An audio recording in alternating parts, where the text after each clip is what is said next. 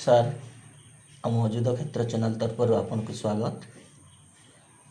ଆପଣ ଜଣେ ଲୋକପ୍ରିୟତା ଏବଂ ଶିକ୍ଷାବିତ୍, ଆପଣଙ୍କୁ ଲୋକ ବହୁତ ଭଲ ପାଆନ୍ତି।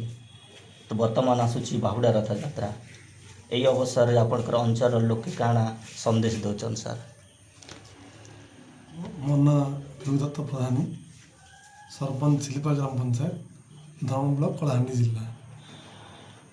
ନିହାତି ଭାବରେ ଆମର ଆରାଧ୍ୟ ଦେବତା ହେଉଛନ୍ ଜଗନ୍ନାଥ ମହାପ୍ରଭୁ। ଆଉ ବର୍ତ୍ତମାନ ତାଙ୍କର ଶ୍ରୀ ଗୁଣ୍ଡିଚା ରଥଯାତ୍ରା ଚାଲିଛି।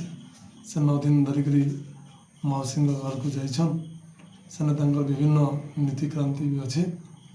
ଆଉ ଆମେ ତ ଆମର ଗ୍ରାମାଞ୍ଚଳରେ ଆମର ହିସାବରେ ସବୁ ଗାଁ ଗାଁରେ ରଥ ଟଣା ଚାଲିଛି।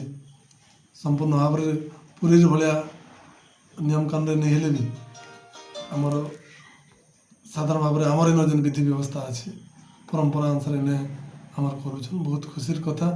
ଆଉ ପ୍ରଭୁ ଜଗନ୍ନାଥଙ୍କ ପାଖରେ ମୋର ପ୍ରାର୍ଥନା, ଆମର ଏ ଅଞ୍ଚଳର ସବୁ ପ୍ରକାର ଦୁଃଖ କଟିକରି ସମସ୍ତଙ୍କୁ ସୁଖ ମିଳୁ, ଉନ୍ନତି ହେଉ, ବର୍ଷା ଭଲ, ଲୋକ ଯେନ୍ତା ଚାଷୀମାନଙ୍କର ଜୀବନରେ ହସ ଭରିଯିବା। ବର୍ତ୍ତମାନ ସରକାର ତ ଚାଷୀମାନଙ୍କ ପାଇଁ ବି ବହୁତ ସୁନ୍ଦର ବ୍ୟବସ୍ଥା ସବୁ କରିଛନ୍।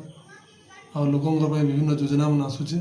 ତ ପ୍ରଭୁ ଜଗନ୍ନାଥ ସମସ୍ତଙ୍କୁ ସାହା ହୁଅନ୍, ସମସ୍ତଙ୍କର ପରିବାରକୁ ଆଶୀର୍ବାଦ କରନ୍। ଏହା ହିଁ ଭଗବାନଙ୍କ ନିକଟରେ ମୋର ପ୍ରାର୍ଥନା।